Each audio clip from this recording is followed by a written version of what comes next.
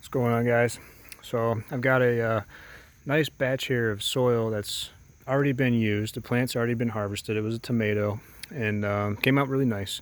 I don't want to throw away this soil because it's got some actually pretty valuable amendments in it. Like, for example, this here is grow stone. It's an expanded glass product. These guys went out of business, and I really like this stuff. But it's really strong, so you can, it'll hold up. Unlike perlite, it won't really float to the top as much. Although it will float a little bit to the top, but not quite as much as perlite, and it's not as heavy as pumice, and it's stronger than perlite. So if you chop it up in there, it doesn't degrade as much. So you can use it over and over. It's great for people who are recycling their soil, and so the idea here is I used this soil a few times. And I never used like a chemical fertilizer on it, but I definitely used things like fish hydrolysate, blackstrap molasses, and a variety of other fertilizers that over time, through the processes of normal growth and decay, you're going to get some sodium. And sodium chloride makes salt. Sodium is an ion. And the cool thing about sodium is that it leaches out more readily than NPK, generally speaking. So if you have a buildup of sodium and you leach your soil, you're going to get rid of, you're going to reduce your sodium to NPK ratio, you could say. And also, if your NPK is getting a little bit out of balance, or maybe also your calcium, magnesium, sulfur, any of those things are getting out of balance because of, you're growing, let's say you're growing the same plant over and over in the same soil. When you leach it, you're probably going to leach out some of the stuff that's more plentiful and less of the stuff that's not plentiful. And when you, obviously after you're done leaching this, you're not just going to grow in it, you're going to re-amend it with stuff like this, which is just, this in this case is, I mowed the lawn through kind of like a, it wasn't really a lawn, it was kind of like a combination of things. And it had some weeds in it and stuff like that. So there's a little bit of diversity in the greens. Here's some more lawn clippings. Your lawn bag is kind of like a vacuum, so you're sucking up some of these things. And there's certain places in your lawn that you can afford to do that. Areas that you have plenty of fertility, you can afford to take some away. That's a good way to get some great stuff to re-amend your soil. Here is another example. This is Goldenrod. I picked this out of a field that I knew was really clean and kind of deserted. And just grabbed a bunch of Goldenrod, made sure to get some of the lots of flowers and lots of galls that I could find. This is an example of some galls. This is where some kind of a bug bites the plant and it creates these things. And I guess it's actually a way to enrich your compost and add some more diversity to your compost. So that's the kind of stuff you're going to want to put back in the soil, because when it rots, it's going to rot in a way that is more balanced than probably what's left over in this after growing in it a few times. So anyways, let's get to the point of rinsing it out. So this is just a bunch of rainwater that I collected, and I already got this soil all wet. I kind of went in through there with a little shovel and kind of made sure that the entire thing was thoroughly wet. And now I'm just going to pour a bunch of water through it. And we're going to get a little more complicated here because I'm going to use a Tds meter. This is an EC meter. It measures total dissolved solids. It's like $15 on Amazon. This is a pretty reliable one. And what you do is you collect your runoff, and then you just test it with your TDS pen. It kind of gives you some idea where you're at. So typically with a used soil like this, I'm probably going to start off at about 2,000, and it's probably going to rinse. I'm going to rinse it down till it says about 1,200, and this is probably going to take about 1.5 gallons to do that job, I'm guessing. So well, actually, it depends on how wet your soil is to begin with, because honestly, you could probably put 2 gallons in this just to get it wet, and then need another, gallon or 1.5 gallons to run through it to really leach out the, majority of the ions that you want to get rid of. Of course, this, as you can see, this is a 7-gallon fabric pot. It's not a super heavy-duty one. I don't know if this is a 200 or a 300-gram fabric, but it's reasonably reusable. You should be able to reuse this for many years until the bottom blows out, basically.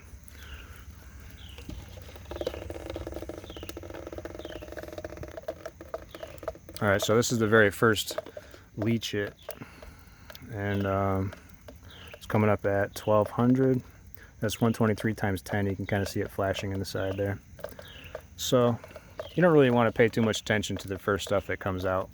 You kind of want to let it sort of, it's because it's probably getting certain dry pockets wet, and that rainwater is going in at like, somewhere between 5 to 20 TDS as it comes right off the roof. And so it picked up 1,200 parts per million on its journey through, but honestly, that number is probably going to rise to about 2,000 as it gets a chance to really soak in there a little bit. I wanted to mention Josh from Boogie Brew. You know, he had a video with John Kohler from Growing Your Greens, and they were talking about the 9/11 rule, which is when you're in the middle of a grow, if you want to try to dial in your nutrition and your nutrients levels, you can do that a little bit with a TDS or EC meter, even if you're doing an organic strategy. And his recommendation was you would want to see something between 1,100 and 2,000 on your runoff. And if it gets down to 1,100 during the grow, you'd want to add, water in something that was 900, which would add up to a total of 2,000, easier to remember. And I just, in general, agree with those numbers. And, I've had soil that was as much as 5,000 runoff. And when that happens, you're going to benefit from a serious leaching. Like in a 5-gallon bucket, you want to put 15 gallons through that. Rinse it down till it's like at 800 to 1,000. And then start over, because honestly at that point you probably have a sodium buildup and your nutrient balance could be all over the place, and you might be able to still grow a salt tolerant plant in that 5,000 runoff soil, but it is never going to be anywhere nearly as healthy and vigorous and that as a plant would be in this kind of soil. So this is well worth doing, even for organic. I was often under the impression that, with organic I can just recycle and I don't really need to leach anything. That turned out to be completely untrue, especially because I was using things like fish hydrolysate, blackstrap molasses, which, fish hydrolysate has some phosphoric acid in it, even though it's organic certified. That is the same thing as what would be used in a chemical nutrient, for example, product. And blackstrap molasses has a really strong dose of potassium, which is great, but you certainly wouldn't want that to get out of balance. And I was using chicken manure. It was organic certified chicken manure as an amendment, but that stuff might be a little high in sodium. Who knows? It's not a rotted plant. It's an animal product, so it's not going to necessarily be automatically in the balance you want. And quite frankly, I didn't really want to pay to have all my soil tested all the time. I just wanted to find a way to do this without getting too fancy. So rinsing a gallon or two of rainwater through is not that hard to do. And I don't mind doing that every couple times I use the soil. And so you can also do what's called a slurry test on your soil to give you some bearing on is there enough fertility in that or not. It gives you some general idea where you're at. For example, I had Coast of Maine lobster compost, which is regarded as some pretty good stuff, and it is good quality stuff. And a slurry test is where you take 1 part water, 1 part soil. You get it wet, and you put your Tds meter in there. And this, again, being a Hanna meter, has a different conversion rate than some of the other meters that come from Europe or Australia.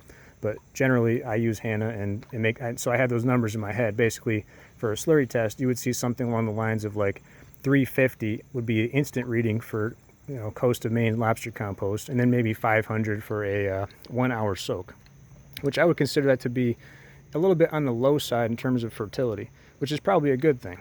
And of course, it's going to slow release fertility over time anyway. But for a high demand plant, that's not going to probably do you too good. You're going to end up with a hungry plant, in my opinion. So what you'd want to do is you want to add a bunch of this green stuff. Add it into your soil, let it rot for about a month, and do another slurry test, and you'll see your numbers come up. So you want to get something. I'd like to see something in the range of like an instant reading of 600 or 700 and a 1-hour reading of like 900 to 1,000, and I think that's some pretty decent fertility there, and it'll give you a pretty good run. You might even be able to go stronger than that, but I'm still experimenting with that, and we'll have to see. So let's check this runoff and see how we're doing.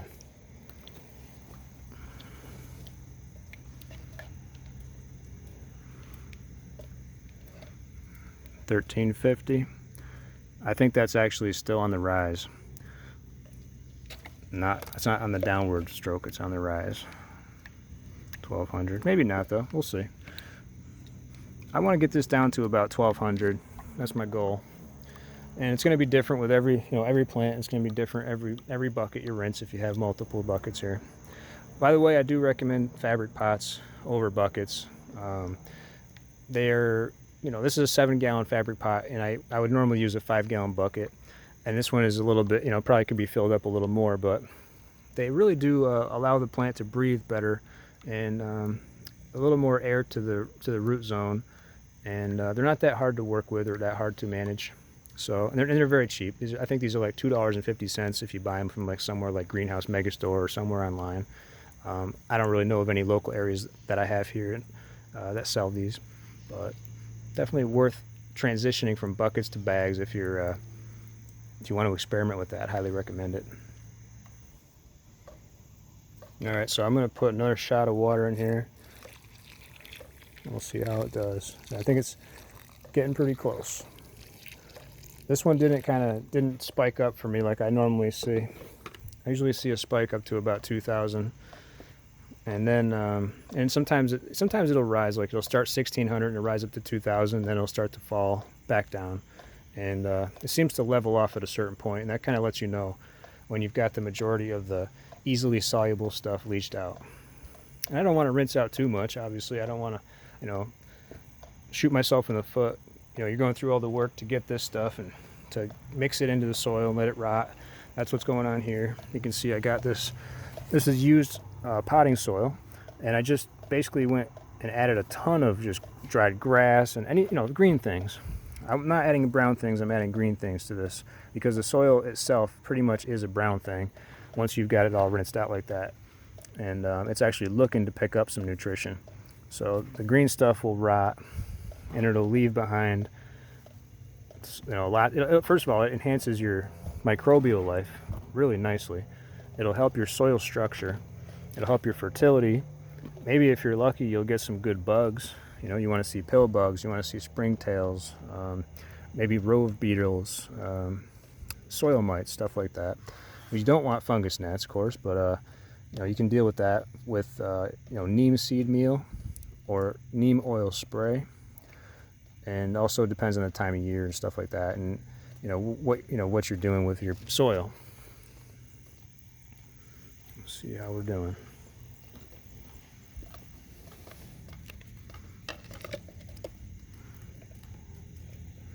For example, if you're trying to use this for seedlings or something like that, you really want to make sure you got your fungus gnats under control. 1420. So yeah, so actually it is rising up a little bit still. It's kind of hanging around 1,200, 1,400 in that range. This soil is actually, it's already pretty well leached, so that's good news. I've never seen healthier, greener plants than since I started doing more leaching after use like that. Because I usually, when I water, I don't really usually leach that much. I always thought that was just for chemical growers, but apparently not. My dad was a chemical grower for years, a commercial grower, and he advised me that I should make sure to always do some leaching. And I thought he was just, thinking in chemical terms. And I was like, no, I spent a lot of money on kelp meal and guano and stuff at the time. I didn't want to leach that out. But yeah, that's how I ended up at 5,000 TDS on my runoff.